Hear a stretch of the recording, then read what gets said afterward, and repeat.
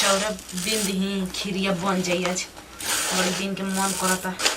खीर खैती कन्या देली बिननी हमारी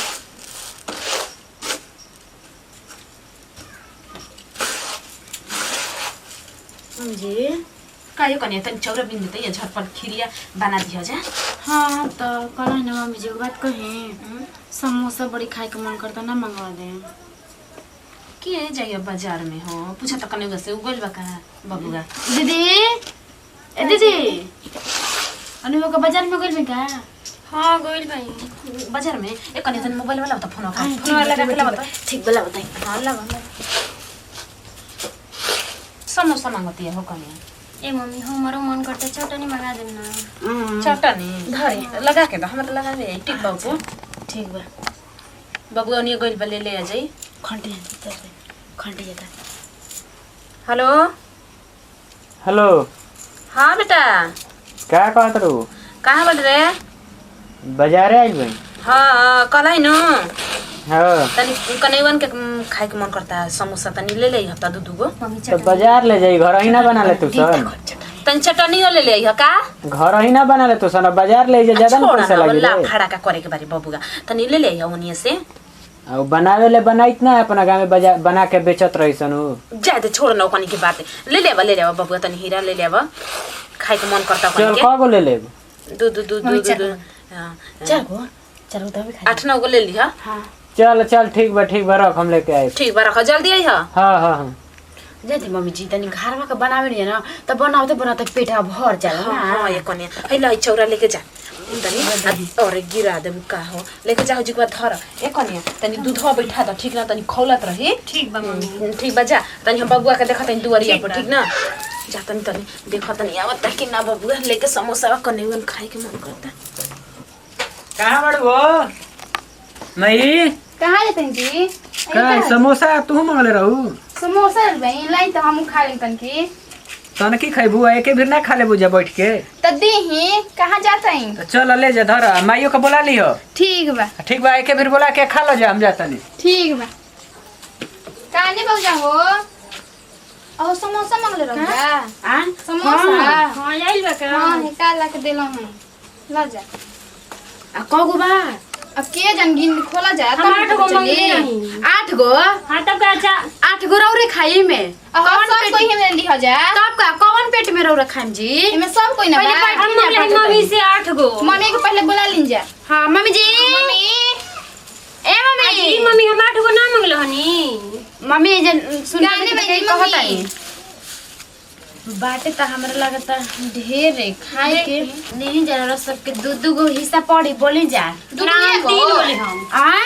दू एगो मम्मी जी 4 गो मांगले में 3 गो एको कम ना ले मैया का रौरा सब चक्कर में हमार मोछड़ कर का हो रे आई मैं अपने खाए के फेरम पर गुल बजाई मैं ना खाई अजी मम्मी ई नतिया के बेटा ई कौन ढेकर बेजी अरे ये वाले मैं खाऊ रहती संतर अजी मम्मी हम 4 गो मांगले रही खा लो कल बनाई जी घरे घरे कल बनाई जी बात मम्मी तू अपन हाथ माइन के निकाल के दे देना त खा जियासन तोरो के ना भेटी हां 10 खा जासन ठीक कहते ए बाबा तू ना खबरे जे तबे हमरा के रख दे आसन आई तो खा ले कैसन बनी है दादा मैं खाली खियावे नहीं भारी लाल बनी होता नहीं हम तो इधर मांगले हन 4 गो ले बात हम ना लेम 2 गो ई कैसे करते रे अकाल बनी बात मम्मी हम 4 गो कल हन ऐसा ही तले हम ना खाइन था ना ना मम्मी ले खा ले भात बन नहीं ना तारा नहीं के बुझाता बाद में ना बन जाई छोटके दम मत कोई है का है इहे तो ठीक है तूने कहता अजीब सवार थौसन देखे दीदी कोई से मम्मी कही ना जी बात डर रे मई हम तोरा के लेके नहीं दे थे ये लेना खाए आ हे राम जी बका सूर दने 2 गो और दीजिए हमने खसम कैसे करता है खा हो कने उठा ला बाप जी मम्मी रोज हमेशा ऐसे करी ना खा सब चटनी नहीं खाता बाक मोर बाक मम्मी हरियर मिर्च लाई। लगे लाइक कहां से ला देला है चटनी नहीं लाई धरे नकिया बेटा इहो जाला उजिया के आ जाला हां बिना चटनी का समोसा निकला गेला दे तो कोसन लागता मैं चाय बा करे हां बा हट मम्मी हम ना ले हम जी हां हम ना ले मिर्च ये कौन खाना है जी क्या कौन दादा बड़े बड़े बा देख ले हरियर बा खाली मम्मी हम ना ले दी एगो ये रे सब बढ़िया बढ़िया ले लेनी सब ए मम्मी बड़ी तीता बाजी देखे में बुझाता बिलैते मरचाई हटे ना जी। देखो सन हम कितना खा जे आ हे मम्मी अरे वो कैसन है जी? समोसा ठीक लगता ना। ये हमर मुंह में देख देख के काहे हंसते लिया कुछ मिलल भाई याद पड़ेला। मुहार के मुस्कान बड़ी सुंदर बा वही से। अब तू झगड़ा कर लिया कहते कहते कहीं रोज से झगड़ा कर जाइन जी। उठा ले घर है ना कोनो खेत में थोड़े बा। आज में एक उठल के खाते मां के खेतों में के खाली का हो जाए आ खेतों में के खाली ना का कुछ गिराला का। तानी बड़ा के बेटी ना हनी बड़ा कंगाल घर के बेटी हड़ू और बड़ घर के देखत तड़ू। बड़ा आज बड़ो नीमन घर के देखत हाँ, नहीं ढेर बा। समोसे खातिर झगड़ा कर ले ताड़ू आ तू चटनी खातिर क ले तड़ू चुपचाप अपन खाइन जा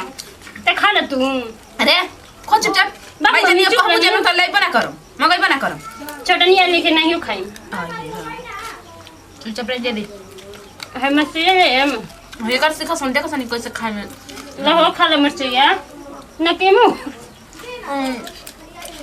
खा सन खा के जल्दी जा सन खीरिए बनाओ सन। हम ना बनाई हमरा नींद लागता। यहाँ सब जे रही भचर भचर दिमाग खराब हो जाए मुझे से उठा बैग हटे जा जा ना हां हम आज अपन घर में खात रहे बड़ा बाप के बेटी जे खात रहे हट जी मम्मी हम जते हम रोग भी ना बैठे बाकी ई कैसे करत ऐसा नहीं दादा जैसन ठीक बा जल्दी सन घरवा में दूगो लइकवा के दे देते हैं तो एगो हिस्सा बा तो हम खा देंगे बाद में खाई चलो ठीक बा।